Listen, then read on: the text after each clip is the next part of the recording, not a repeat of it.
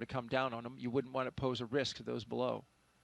Yeah, public safety is important, but it highlights just the expansive team that even for this one place, the number of organizations that have to work together and they're necessary for success. Our 4-person crew, 2 NASA astronauts, 1 JAXA astronaut, and a Roscosmos cosmonaut seated in launch position, monitoring their systems on their heads-up displays.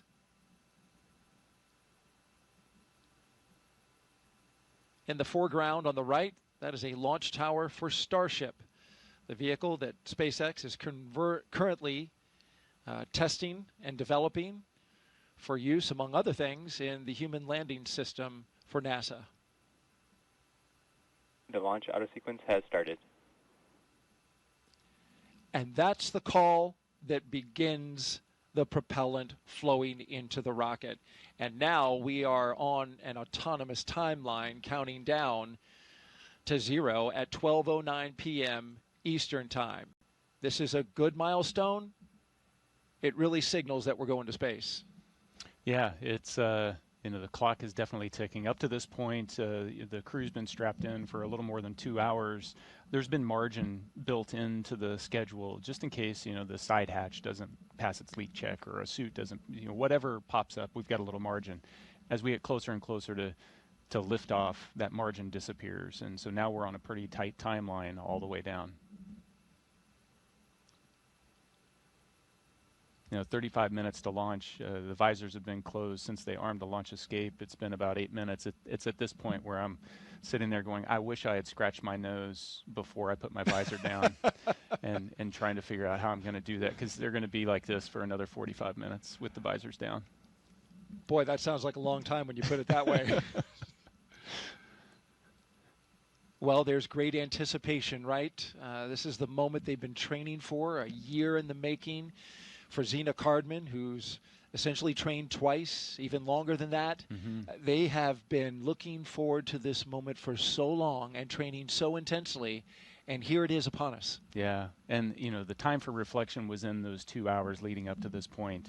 At this point, now it's the mental rehearsing. They're chair flying exactly what's going to happen during the next 10 minutes when they lift off, and all the different things that they're going to need to do, as well as the couple few activities that they're going to have once they get to orbit. Chair flying. That's what our astronauts are doing right now, and we'll stay with them as we count this down. For now, let's send it out to SpaceX in California.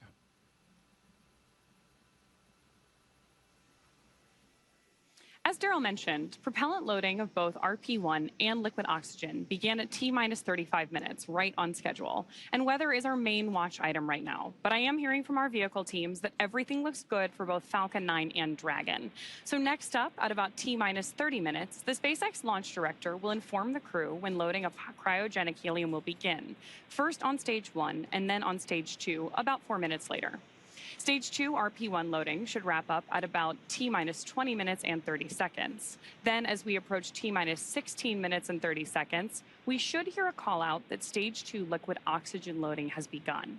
So with all of those consumables being loaded onto the rocket, if we have to call a hold for any reason at this point, like potentially due to weather, we would have to stand down and target our backup launch opportunity, which is tomorrow, Friday, August 1st, at 11:43 a.m. Eastern Time. That's because we have an instantaneous launch window today. So let's take a minute to do a little orbital mechanics 101. An instantaneous launch window means that we need to launch at exactly the right time, and that's driven by our planned rendezvous point, which is the location where Dragon and Station meet in space. Right now, the International Space Station is orbiting the Earth at more than 17,000 miles per hour, and Dragon needs to catch up to it. That means we have to deliver Dragon to the correct orbit. We do that by timing its trajectory relative to the orbiting laboratory so that they're both in the same place in space at the same time. A precise liftoff time is crucial for hitting that rendezvous point. Now, again, that means that at this point, if we hear a hold called, we'll be standing down and likely targeting that backup launch opportunity tomorrow. For now, though, we're going to go ahead and hand it back to Soumya and Joseph to talk to us about West Coast recovery. Soumya? Thanks for walking us through that, Ronnie. We are now at T-minus 31 minutes and counting, getting closer and closer to getting our Crew-11 astronauts into space. Once their mission is complete and it's time for our crew to splash down back on planet Earth, they'll be heading to one of several targeted sites supported by SpaceX. Until recently, Dragon recoveries primarily occurred off of the coast of Florida. This year, SpaceX moved Dragon recovery operations off the coast of California to allow Dragon to complete its deorbit before safely jettisoning the trunk over the Pacific Ocean. When they return, Crew-10 will be SpaceX's third crew mission to splash down in one of the new locations. From-2 was the first back in April this year, followed by Axiom 4 in July. The new splashdown locations are near LA, Oceanside, and San Diego. The recovery vessel, Shannon, will be stationed in Long Beach to support the new West Coast splashdown operations. Spreading these supported sites across multiple locations helps to maximize the return opportunities, lowering the chance we'll have to wave off due to bad weather. And when the spacecraft re-enters, those in the immediate area may hear a brief double clap of a thunder-like sound known as a sonic boom. I can't wait to hear one myself one day, but to hear everything that's gone on and to move operations to the West Coast has been incredible to watch, both from a SpaceX standpoint and from NASA, to see the teams across the country working together, the International Space Station Commercial Crew Program. And like Nick mentioned earlier, there's an army behind every one of those movements and getting ready and preparing for these West Coast splashdowns. So it's going to be phenomenal to watch and see NASA's first crew mission return on the West Coast. Well, back to today's mission, Crew-11, as they continue to get ready to go. Now half an hour until launch time. Let's take a look at more and a bit more and learn about the astronauts flying today. I think it's really innate in our human nature to want to keep exploring and to keep pushing boundaries. Everything that we do in space is ultimately for Earth and for the human species. We are having a lot of good experiments on orbit, making new medicines. That is actually good for everybody. By understanding how to live and work in space like we have with the International Space Station, we can now become a multiplanetary species by having bases on the Moon and bases on Mars. И выполнение полета в космос, на мой взгляд, важно, потому что в конечном счете необходимо человечеству будет двигаться в дальний космос для того, чтобы открывать новые миры, исследовать новые и новые горизонты. For me, it's a really compelling goal to go farther and farther afield in space and pushing our boundaries as a human species that way, learning more about our own home planet as we try to go farther. We've been going and living aboard the International Space Station for 25 years. We're ready to make the next steps. We're ready to go to the Moon. We're ready to go to Mars. We're ready to explore the solar system. We understand the effects of what life in space does to the human body, and we need to continue those studies. We need to continue getting ready and get ready and go to the Moon and Mars, and that's why it's important to go to space. All right, let's head back out now to a launch viewing location where Tony's at for another interview with some special guests. Tony?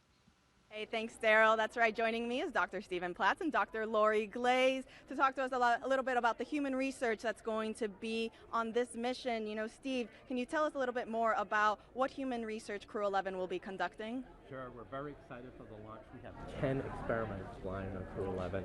Everything from cardiovascular systems, central nervous system, all the way to genomics, the full breadth, and addressing many very important risks for us to get to the Moon and Mars. That's a lot. You know, speaking of the Moon and Mars, Lori, how does the human research conducted on Space Station help us for those future missions to the lunar surface and eventually Mars? I'm so glad you asked that question. You know, a lot of times we talk about the future, you know, we're going to explore the Moon and Mars. It's here. We are actually less than a year away from our first crewed launch, where we're going to send 4 crew out and around the Moon for 10 days and bring them back. And then about a year after that, we're going to land on the Moon. And we need to be ready, right? We need to be ready for the trips to the Moon and then eventually to Mars. Our crew are going to need to be able to thrive in an environment where they're in microgravity, perhaps for as long as a year. And then we're going to need them to perform on the surface of Mars under 1/3 gravity and do their exploration activities. So we really need to understand how they are going to how they're going to react and respond to that environment. And the experiments that are being done on Space Station today, it's such a unique laboratory where the kinds of things that Steve's talking about, we can study physiological responses to bones, muscles, blood flow. Mental health is incredibly important part of this activity. And the experiments that we can do, for example, growing plants without soil, recycling water. If we have the ability to recycle water, maybe 98% of the water that the crew uses, that's less resources we need to bring along. And then sensors that can detect, for example, solar storms so that our crew can take shelter or protect themselves while they're on their journey. So again, the experiments that are being done are incredibly important to our planning, which, as I said, we're launching in less than a year. We need to be ready. That's right. I mean, a ton of valuable research that we are gathering. Speaking then on, the research for Crew-11, Steve, I heard, there's a new experiment that's going to Space Station. Tell us a little bit more about that. Yeah, that's called manual piloting, and what that is looking for is the ability for the crew to land a vehicle on the lunar surface. So we're looking at the sensory motor aspects, balance, cognition, some of the things that Lori was talking about, and putting them all together, and we have a simulator that actually moves in all dimensions and allows the crew to feel like they're actually landing a spacecraft. And we're doing that pre-flight. We have some devices on station where we can do in-flight measures as well as post-flight. So that will give us a great idea of what we need to do to prepare the crew to land on the lunar surface. That's great. I mean, Lori, tell us a little bit more about those benefits of traveling then beyond low Earth orbit now. Well, the reasons we're going to the moon and eventually the ability to establish a permanent presence on the surface of the moon, a base per se that we can go back and visit multiple times, is the science that we want to conduct on the surface of the moon will be incredible. We're going to a place that is totally different than where the Apollo astronauts landed, so totally unique environment, different lighting conditions, different geology of the rocks. We anticipate there is water ice beneath the soil in some places near the South Pole where we're going to land humans for the first time ever. So we will be able to do incredibly unique science, but we'll also be able to continue the human research aspects for longer duration stays on the surface of the moon where we're trying to live and work, and that will again feed forward to help us be better prepared for Mars. Absolutely, a ton of exciting things coming up. Thank you both so much for joining us. Now we'll send it back to Daryl and Nick. Thank you, Tony. Crew-11's time in orbit will teach us how to keep humans healthy in space for the long haul. Meanwhile, on the moon-facing side of NASA's work, Artemis II astronauts, including Commander Reed Wiseman, are training for a very different challenge, a 10-day mission around the moon. And before they launch, NASA and the Department of Defense are making sure they know how to get them home, even in an emergency. Here's Reed with a behind-the-scenes look.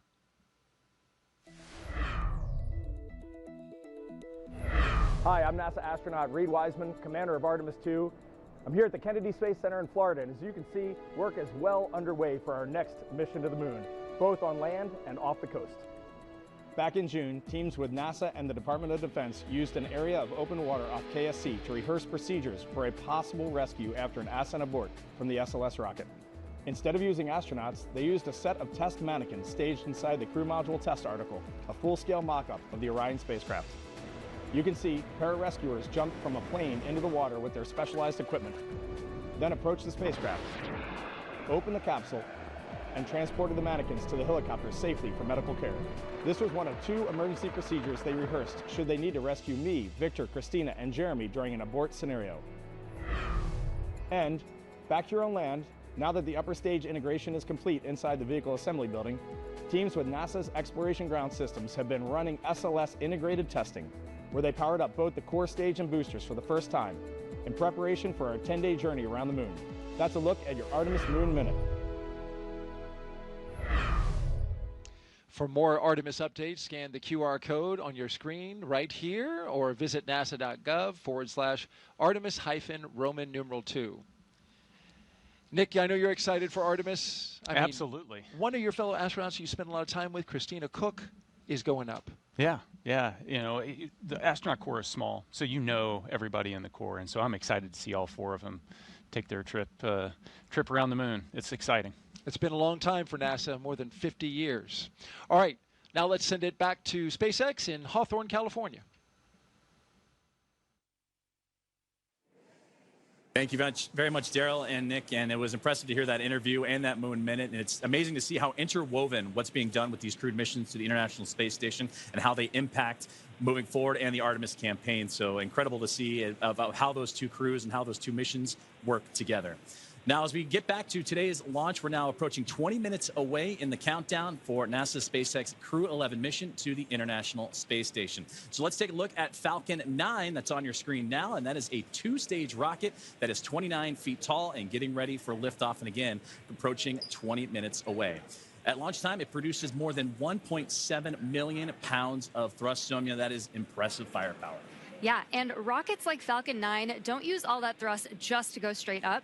Early in flight, Falcon 9 performs a gravity turn, which is a smooth pitch maneuver. RP1 load complete. Hearing good callouts over the nets, which is a smooth pitch maneuver that tilts the rocket sideways to build up horizontal velocity. You may hear this call out about 10 seconds into launch as the vehicle is pitching downrange. And once the first stage completes its portion of the mission, it shuts down and separates. And a stage rocket like Falcon 9 sheds that booster to eliminate the weight and uncover the Merlin vacuum engine on stage 2. To reach orbit, the vehicle needs to go fast, hitting an orbital velocity of about 28,000 kilometers an hour. And that's just to keep it from falling back to Earth due to gravity. That's fast enough to lap the Earth in about 90 minutes or fly from New York to here in Hawthorne, California in under 10 minutes, which is about 7 times faster than the U.S. Air Force's SR-71 Blackbird. After stage separation, today's booster will be landing at Landing Zone 1 at Cape Canaveral Space Force Station. This particular booster will be returning to Earth for its 3rd time. The second stage takes over from there, powered by a single Merlin vacuum engine, also known as the MVAC. With its extended nozzle and optimized design, the MVAC drives maximum performance, producing 220,000 pounds of thrust in the vacuum of space. On today's mission, we'll light that engine 4 times before deploying the final payload into orbit. Now, so much of what makes Falcon 9 remarkable happens in flight. SpaceX for countdown check-in brief.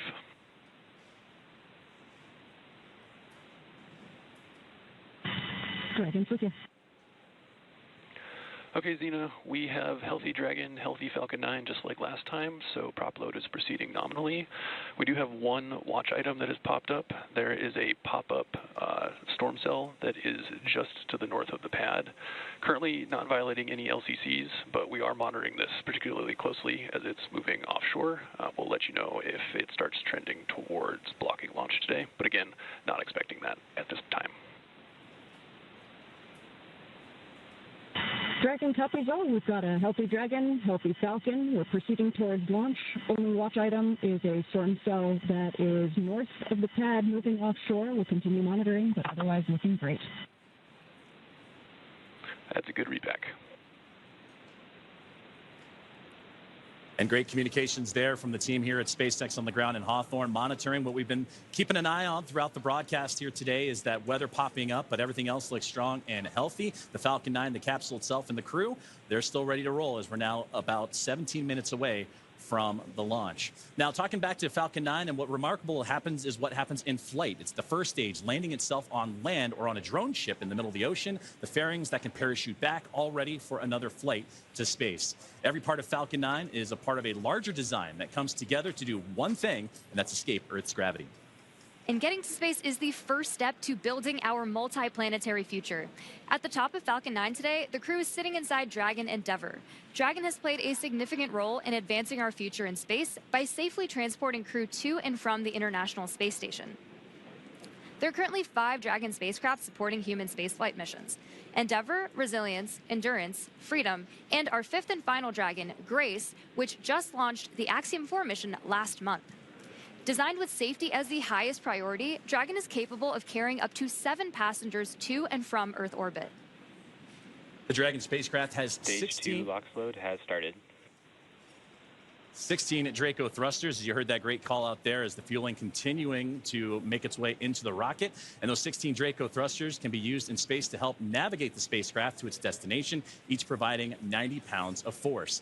Now, that doesn't include the 8 Super Draco thrusters used for an abort, which are no longer active once the crew is in orbit. To date, Dragon has been to orbit 53 times, including 48 trips to the International Space Station and 18 human spaceflight missions. And as we mentioned earlier, today's Dragon, Endeavour, has been pretty busy, having also flown NASA's Crew-2 mission, Axiom-1, and NASA's Crew-6 and Crew-8 missions. Overall, for the Dragon fleet, this will be Dragon's 49th visit to the space station and its 19th human spaceflight mission overall, and the 5th Dragon flight this year. Dragon is the first private spacecraft to take humans to the orbiting lab, having flown 300,000 pounds of cargo and more than 1,000 experiments to space, as well as 70 crew members representing 20 countries. Our versatile Dragon spacecraft can autonomously dock with the International Space Station when outfitted with a docking adapter, which is just how it's configured for today's flight. And when it's not going to the space station and it's in free flyer mode, the docking adapter can be swapped out for a cupola, as it was back during the Inspiration 4 mission. Another option we have is the Skywalker hardware, which supports extravehicular activities or spacewalks, as we did during the Polaris Dawn mission. And amazingly, there has been a Dragon in space for 1,358 consecutive days since Crew-3. Now, with T-0 coming up in about 14 minutes or so, our teams are continuing to do a series of system checks to ensure Dragon and the Falcon 9 are ready, with fueling continuing to get underway. And again, we're monitoring that weather that the teams here at SpaceX are keeping an eye on and have been relaying up to the crew. So let's check in with Ronnie with the latest. Thanks, Joseph. So as you've heard, we are still on track for an on-time launch today, and we're monitoring lots of different factors as we get closer to liftoff. Most importantly, both Dragon and Falcon 9, of course carrying our Crew-11 astronauts, continue to be healthy. You heard that we've wrapped up Stage 2 RP-1 loading, and that Stage 2 liquid oxygen loading also wrapped up on time at about 16.5 minutes to go. The launch escape system is also armed. That's, of course, the system designed to propel Dragon away from Falcon 9 in the unlikely event of an emergency. And the Eastern Range is monitoring keep-out zones along the flight ascent corridor and is tracking no issues for today's launch. Weather continues to be a watch item, so we'll keep an eye on that. But for now, we are go for the 6th mission of Dragon Endeavour. It is a fantastic milestone for Dragon, and here at SpaceX, we could not be more excited. So to add a little something extra to our celebration, I've got our Dragon plush hanging out with me here in front of Mission Control. Now, this guy is not the zero gravity indicator for today's mission, but do keep an eye out for that once Crew-11 reaches orbit. This is, though, a fun nod to all the successful flights that Dragon has made, and all of the crews that we have been so lucky to work with. I think this is a great way to celebrate today's flight milestone, and I really have appreciated joining you all. Thanks for joining me at the status desk for all of our coverage today. With that, go Dragon, go Crew-11, and I'm going to hand it back to Sandra for status update from Houston. Thanks, Ronnie. That plush is cute. I'm going to have to get one for myself. Back here in the International Space Station Flight Control Room at NASA's Johnson Space Center in Houston, teams continue to work around the clock to monitor activities aboard the orbital outpost. Leading the team inside the room today is NASA Flight Director Scott Stover. The team in Mission Control and the team in Hawthorne, as well as the astronauts aboard the International Space Station, will track the autonomous docking of Dragon Endeavour when they enter into joint operations. This will happen when the spacecraft enters the approach ellipsoid, which is the invisible boundary stretching 4 by 2 by 2 kilometers that helps us monitor all arriving and departing spacecraft. It's essentially the neighborhood of the International Space Station. Once docked, crew members in both Dragon and aboard the International Space Station will perform a series of leak checks, and then will work to open the spacecraft's hatch for Crew-11 to float into the space station and begin their stay. We anticipate that the hatch will be opened about an hour and a half after docking occurs. When they enter the orbital outpost, crew will be greeted by the rest of the Expedition 73 crew and will come together for opening remarks. But for now, that's going to be all from us here in Mission Control for today, as the anticipation continues to build for launch in less than 20 minutes from now. So, how's it looking on the Space Coast, Daryl? Well, we've got a mix in the weather. There's some clouds that are building, but so far still looking good, okay for launch. It's a watch item at the moment, and so we're keeping our eyes to the skies. Also, this is a first for our broadcast team right here. An astronaut who once sat right here where Nick is sitting as a commentator is now minutes from flying to space. Zena Cardman was once in this very seat, the one that Nick Hague is sitting in now, less than a year ago. She was supporting Nick as he launched with Crew-9.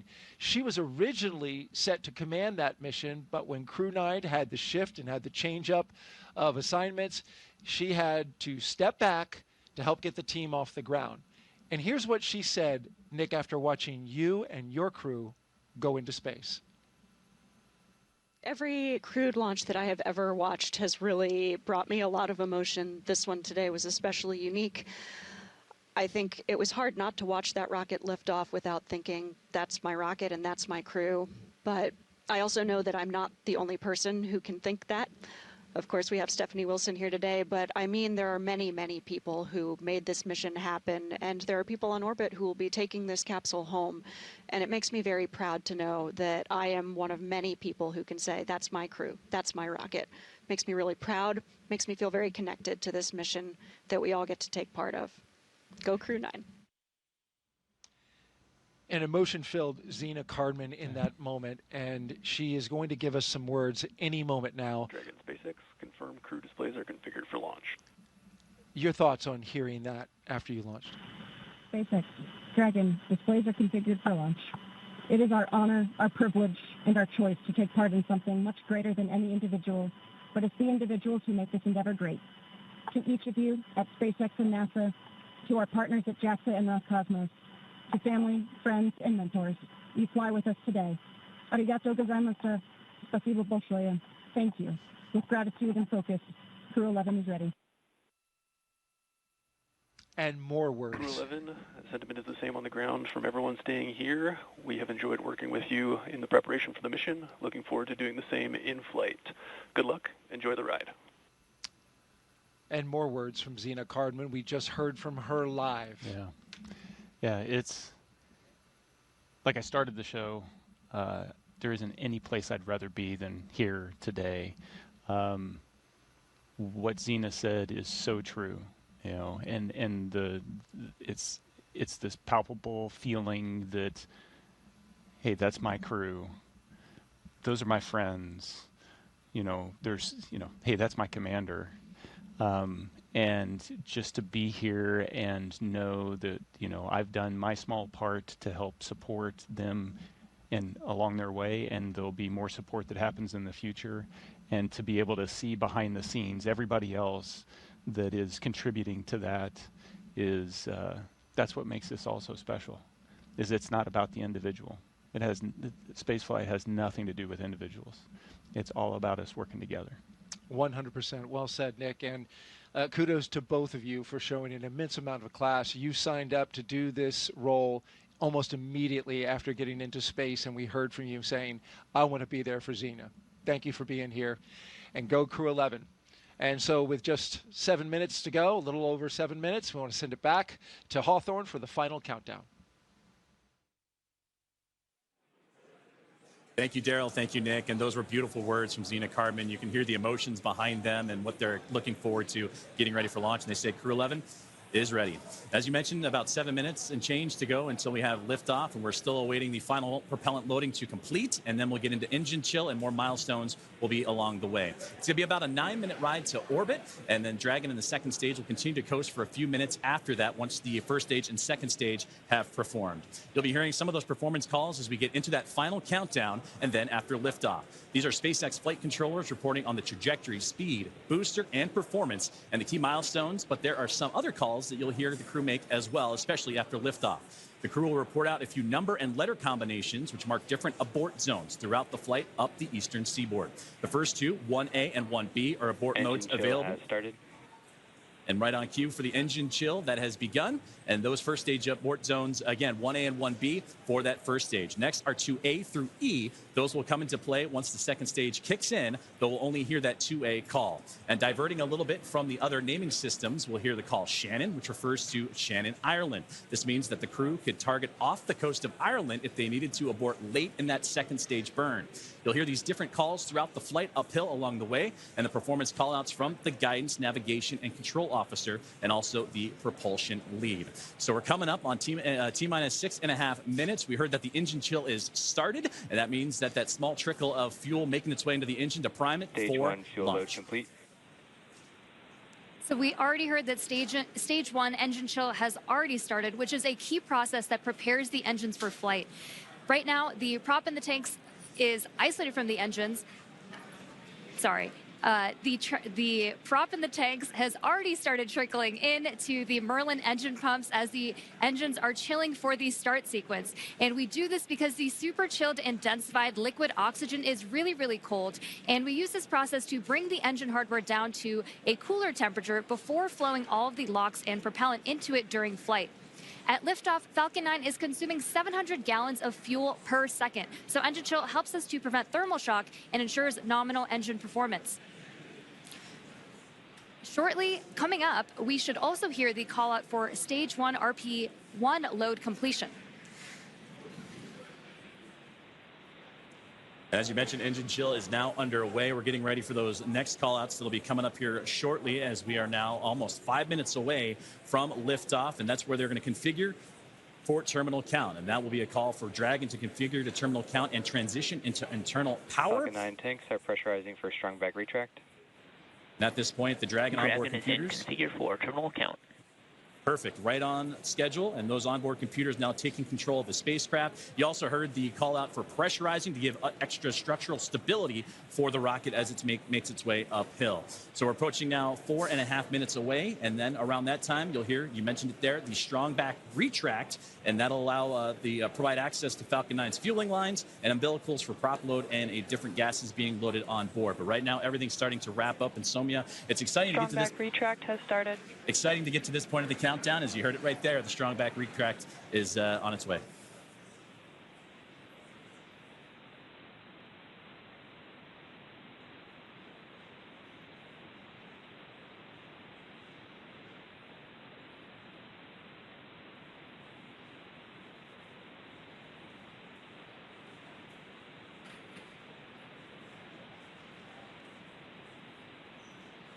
So we have a great view on our screen of the clamp arms opening up just around stage 2 under Dragon in preparation for strong back retract.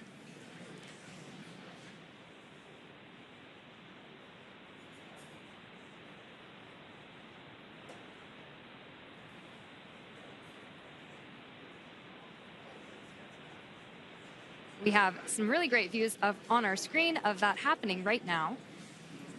And you can see it just moving ever so slightly away from Falcon 9 and the Dragon spacecraft, those clamp arms opening. And again, those late stages, those fuel lines starting to wind down their fueling procedures as we're about to hit T-minus 3 minutes until launch.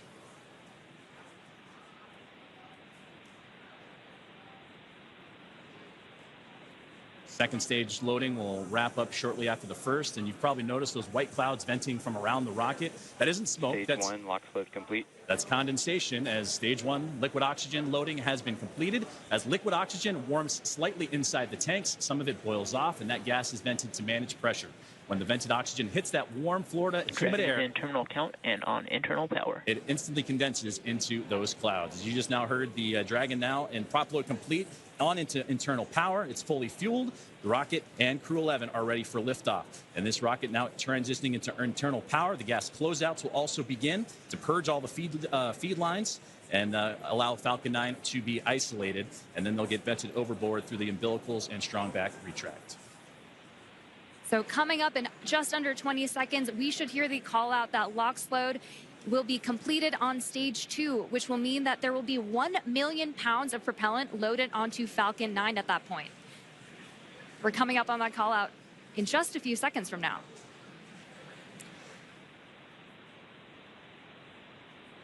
Stage 2 LOX load complete.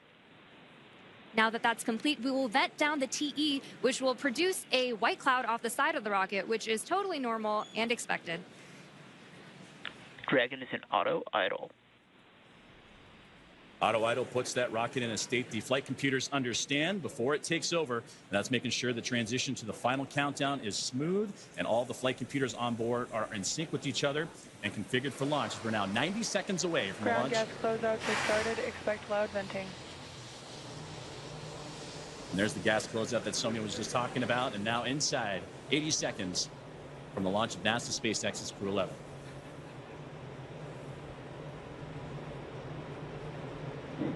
On countdown net, hold. We are standing down for violation of weather rules. I'll try to sequence is aborted.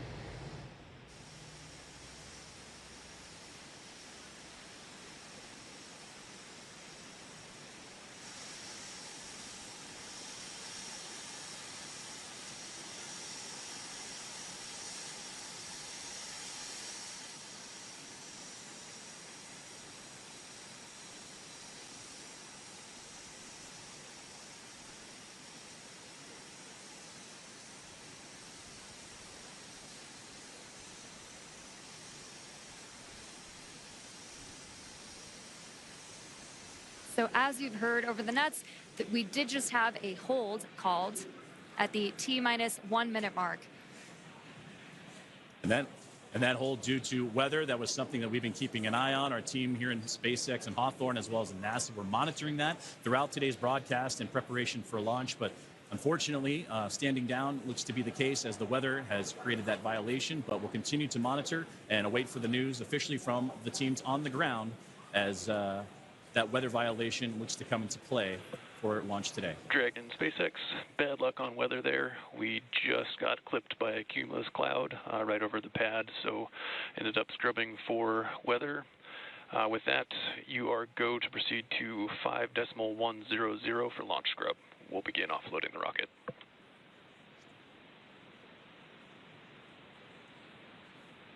Dragon copies all 5.100. Too bad, but we'll be ready next time.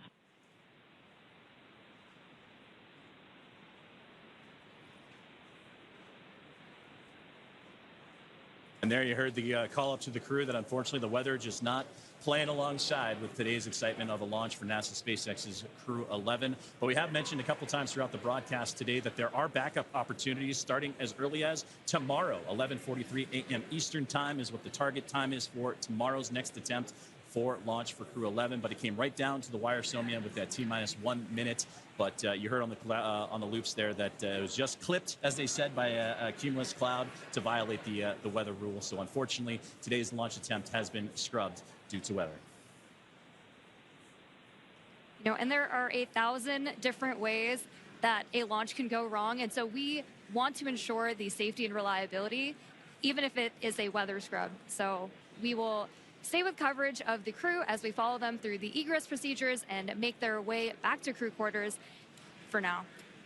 And you said the key word right there, and that is safety, the safety of the crew and everyone involved on this launch and opportunity, because that's what was talked about even in yesterday's press briefings with all the program managers and representatives of NASA, SpaceX, Roscosmos, and JAXA, is that we'll launch when we're ready and everything lines up the way it needs to be. And unfortunately, due to weather, not the case today. But to recap and look back at everything that Crew-11 has done, they walked right up to the T-1 minute to launch mark as everybody was safe and sound. They went through their procedures earlier today, did soup-leeton checks, also did communications checks, and were able to go all the way to the pad, climb aboard the Dragon spacecraft, and get ready for launch today. But again, unfortunately, due to weather, it will not happen, and we will target that next launch attempt, which again is going to be tomorrow at 11:43 a.m. Eastern time. We will stay with coverage of the crew as we follow them through the egress procedures, getting out of the spacecraft and making their way back to crew quarters. And to do that, we're going to head back out onto the space coast of Florida and join Daryl Nail and team as today's launch attempt for NASA's SpaceX Crew-11 has been scrubbed due to weather. Daryl? All right, thank you, Joseph and Soumya. We appreciate your coverage there. And now back here with NASA astronaut Nick Hague. We just returned from being outside. We were planning to watch the launch right there from a nice viewing spot here at the press site, the Kennedy Space Center in Florida. And unfortunately, even as we walked out, Nick, we got a sense that this might not happen because clouds had been building in and around the area. We had dark clouds overhead of us. We got up on our area to watch the launch, and heard a phase 1 lightning alert go off, and then I just, my heart kind of sank a little bit because I thought that might be it. Yep. Then you see the clock stop. Yes. And you know it's happened. So it's disappointing, but there's a reason we do it, and that's to keep everybody safe.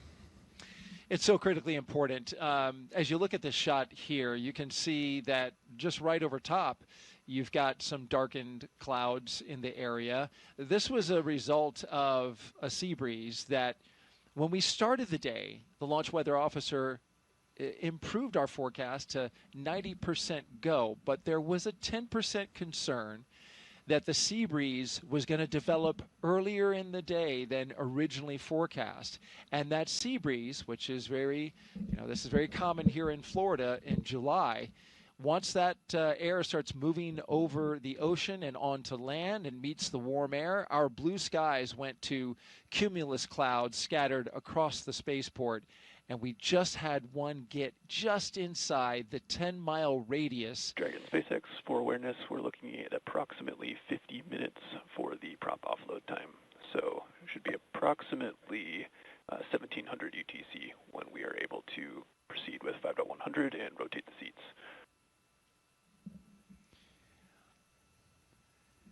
Dragon copies. We're looking at about 50 minutes for prop offload. So 1700 ETC for the rest of 5.100 and seat rotation. Good readback. And so what does that, real quick, what does that mean, Nick? They are going to rotate the seats? Yeah, so it's important to know that right now you're looking at a fully fueled rocket with an armed launch escape system. And so the crew is in the same posture that they were in the 45 minutes leading up to launch. They've got to be in that posture until they can offload all that propellant, which takes about the exact same amount of time to offload as it took to put on, as well as disarm that launch escape system. And so this is a very active rocket right now, and they, that launch escape system, if something went wrong, even now it's still protecting them. It's a great note there. That this is very much a dynamic situation even now with a scrub called.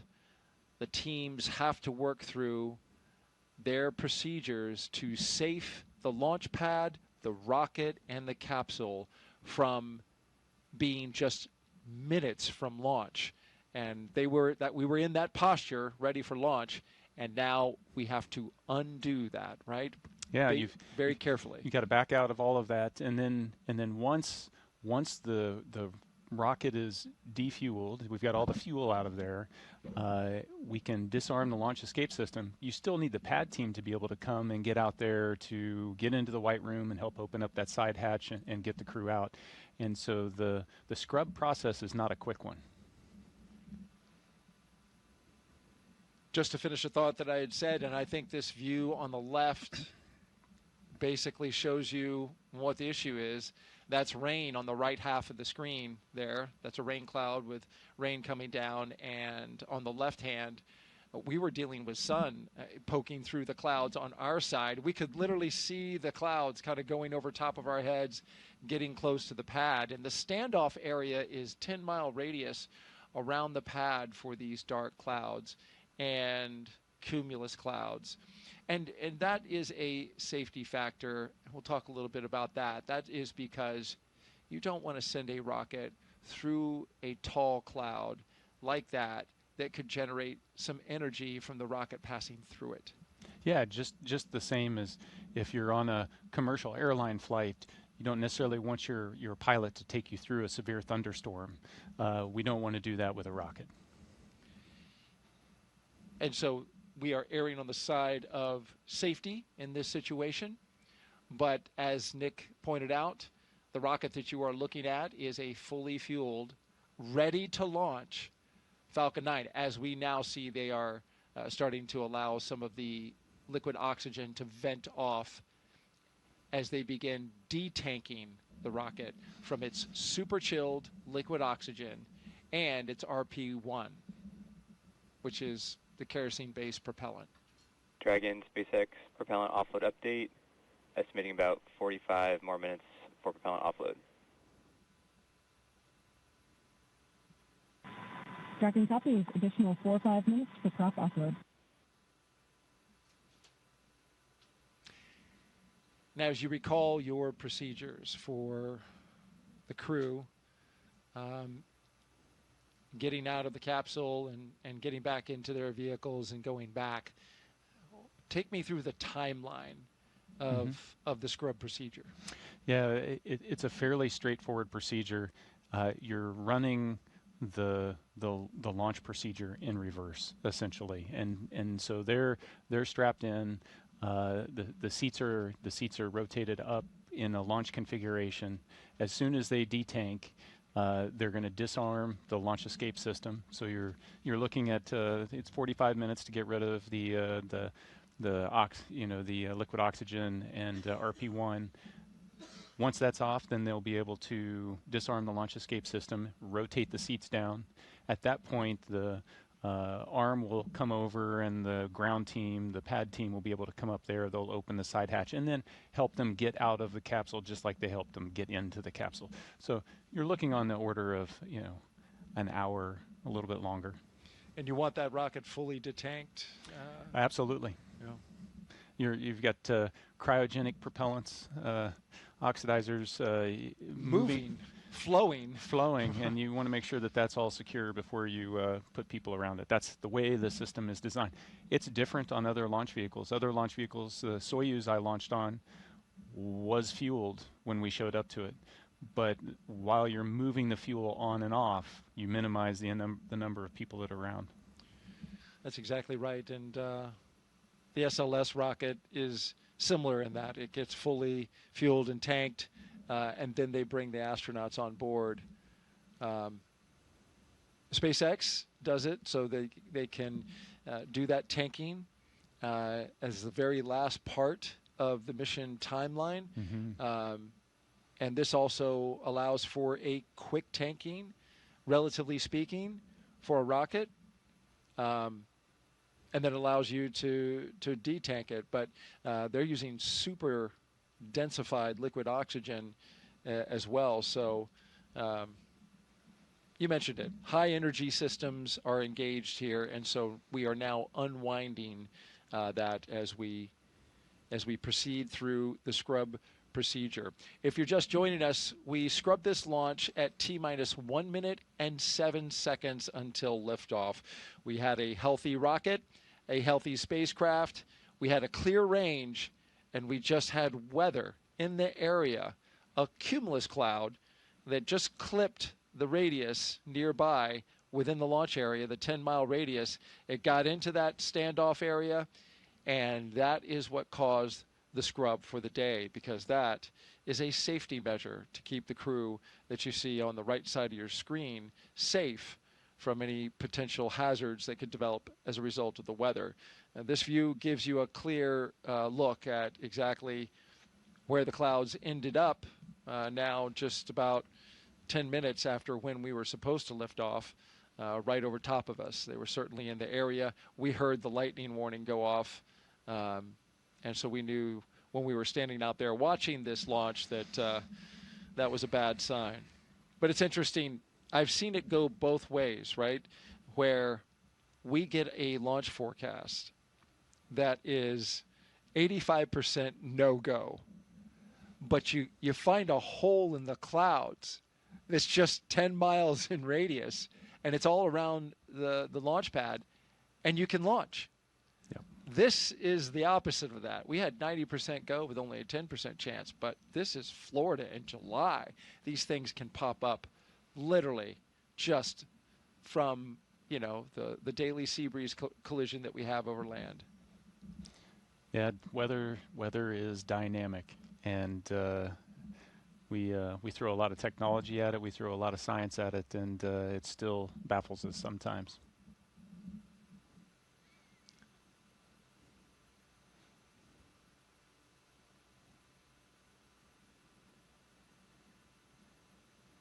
So the mental shift that you make when this happens, you've got to attempt to not make the mental shift immediately, because it is it is a live launch escape system that you're in, But inevitably, there's the, okay, so once we get out of here, what's the next step? When is our next opportunity going to be? They've already been looking at weather predictions for days out, so they understand what the impacts to the phasing and the mission profile might be, the potential for bad weather in the upcoming days. And so they're already starting to think about, okay, so what's the next opportunity? And then having to get into the psyche of, okay, let's do this again, and it is to the T, to the minute, do it again. So it's very much a Groundhog Day. All of it, every single minute of the, roughly what do we 6-hour countdown where it begins for the astronauts. Mm-hmm. And you mentioned the backup days. Joseph mentioned those before. He tossed over to us, but it's worth mentioning again. Our backup opportunities are tomorrow, Friday, with a T0 at 11:43 a.m. Eastern Time. Our coverage would begin at 7:30 a.m. on NASA Plus. The weather for tomorrow is just a little bit better than it was today, but what does that tell you, right? We scrubbed today. It's 85% go. The concern is the same, because the same pattern could develop. It's cumulus clouds building up and around the pad, but I will add this. We have moved a little earlier in the day, so the later that sea breeze develops, the better opportunity we'll have for getting some clear weather. If we can't do it tomorrow, then our next opportunity would be Saturday, August 2nd. We'd still have an 85% go for Saturday. Same concern with cumulus clouds here at the launch pad. In both of those cases, well, let me talk about the backup number 2. The T0 for that day would be 11:21 a.m. for a launch, and that would be an instantaneous window. And you can see the pattern. We move about 22 minutes early every single day that we delay from this particular T0 today. And of course, that's orbital mechanics. We've got time. You want to explain that one? Yeah, sure. So the international. Oh. Yeah, no, you got to wait for the plane of the orbit of the station to cross overhead, and it just works out each day that it's a little bit earlier. Unfortunately, if it had come overhead a couple minutes earlier today, they would have been able to launch. The weather would have been clear.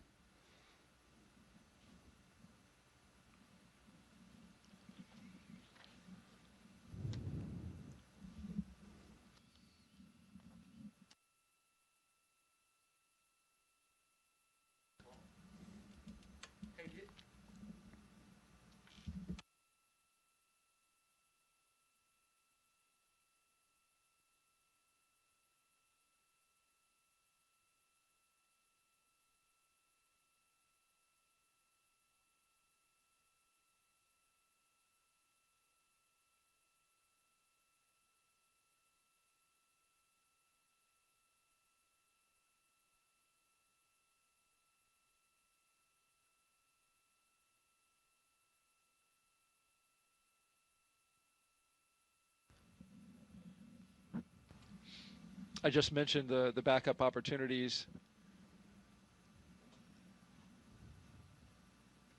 One thing about both of these next launch opportunities, unfortunately, we're going to really have our eyes set on the ascent corridor, because now there is a trough that is approaching a line of storms coming across the eastern part of the U.S., and it is going to make its way out into the ocean, and so that could disturb the weather along the ascent corridor, which is an area where if Dragon were to suffer some kind of anomaly, something that wasn't expected and needed to come off the top of the rocket, it would splash down along the ascent corridor. There's concern about the sea states, right? How much it's sloshing around is going to be out there in the ocean. You need good conditions, a baseline of conditions in order to pull astronauts out of a floating capsule with a helicopter and a boat. Yeah, it just shows the complexity, the scale of the problem that you're dealing with. It's not a forecast at a particular point, you know, on the surface of the Earth, you know, at the launch pad. It's, if you imagine this 3D trajectory of the rocket's path going up to orbit, you've got to clear all of that for weather, but not just clouds and rain and severe thunderstorms, but like wind shear and drastic changes in the wind direction can create problems for the rocket. And then, in case, you know, there was a need to return them early or to abort, you also have to clear the weather on the surface along that path as well. You know, just an immense amount of respect for the teams, you know, both at SpaceX and also at the, you know, the Space Launch Delta 45 over on the Space Force side, the weather shop there, in trying to put their arms around all of this. Like I said, weather is really complex. And they do a fantastic job, but you know, if we got a chance, 90% chance, you take it all the way to the end and see what Mother Nature gives you.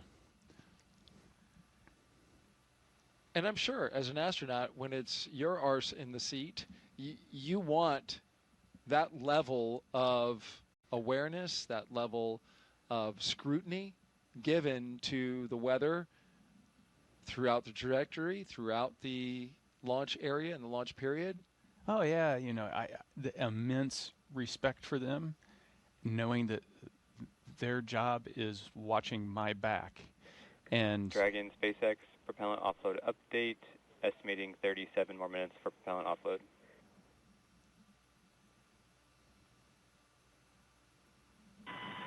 Dragon copies. 37 more minutes. The clock ticks slowly.